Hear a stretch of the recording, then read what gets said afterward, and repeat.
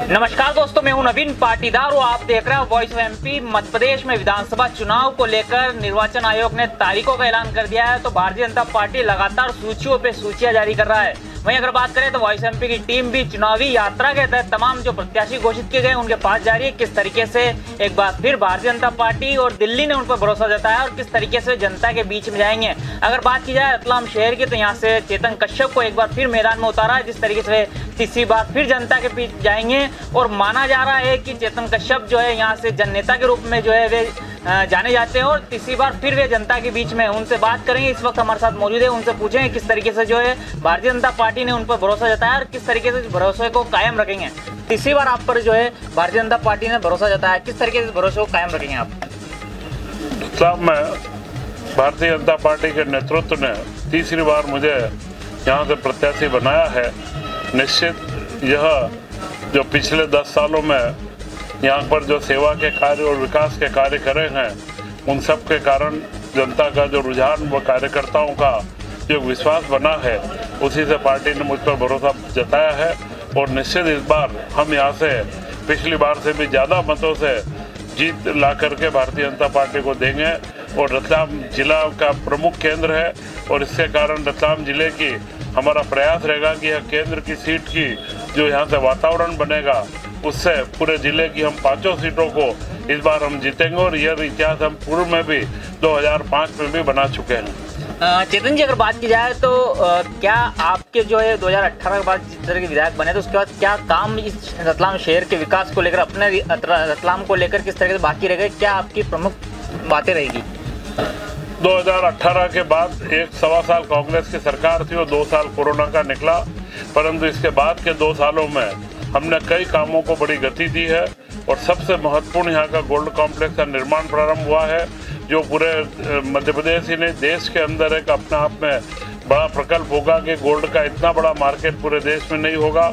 इसके साथ ही सबसे बड़ा सौभाग्य रतलाम का यह रहा कि इसके पास से 8 लेन एक्सप्रेस वे निकल रहा है और 8 लेन एक्सप्रेस वे से लगा हुआ हमने 1500 हेक्टेयर भूमि सरकारी चिन्हित करके MPIDC को दिलवाई है और वहाँ 460 करोड़ का एक इंडस्ट्रियल मेगा पार्क का हम निर्माण करवा रहे हैं। और रतलाम का सौभाग्य इसी में मानता हूँ कि उसका भूमि पूजन अभी 10 रोज पहले ही प्रधानमंत्री नरेंद्र मोदी जी के हाथों बीना के अंदर हुआ है। तो एक ऐसे व्यक्तित्व का हाथ रतलाम के ऊपर लगा है, तो मैं निश्चित समझता हूँ कि रतलाम विकास की नई बुलंदियों को छुएगा।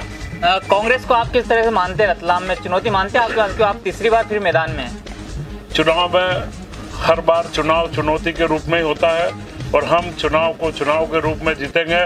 परंतु रतलाम नगर में कांग्रेस के द्वारा कभी कोई जो कार्य होने चाहिए विकास के कामों में, न तो इनकी कभी रुचि रही, न इनका पास नेतृत्व है और ये फालतू अनर्गल आरोपों के साथ में अपनी पार्टी को यहाँ चलाते हैं। चेतन जी, अगर बात की जाए तो आप में एक चीज खासियत देखी गई है कि आप काम पे ज्यादा विश्वास करते हैं, मीडिया में सुर्खियों में रहने के बजाय। ऐसा क्या है कि आप मीडिया से दूर रहते हैं और काम पे ज्यादा विश्वास करते हैं?